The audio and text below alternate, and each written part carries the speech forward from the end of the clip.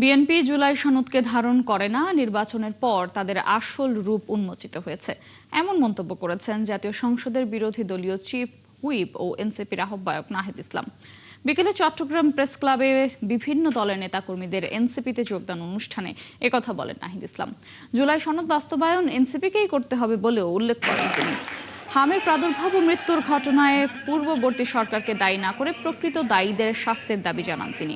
এছাড়া অনুষ্ঠানে দলটির দক্ষিণাঞ্চলের মুখ্য সংগঠক হাসনাত আব্দুল্লাহ মন্তব্য করেন, আওয়ামী লীগের কাছে হাইজ্যাক্ট হয়ে গেছে বর্তমান সরকার।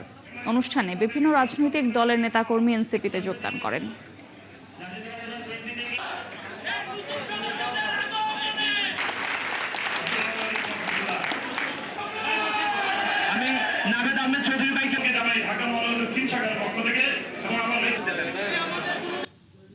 নির্বাচনের পরে তাদের আসল রূপ চেহারা বের হয়েছে।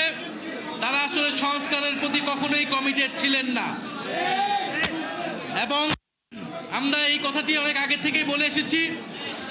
বাংলাদেশের সংস্কার এবং জুলাই গণহত্যার বিচার বাস্তবায়ন করতে হলে এটা এনসিপিকেই করতে হবে।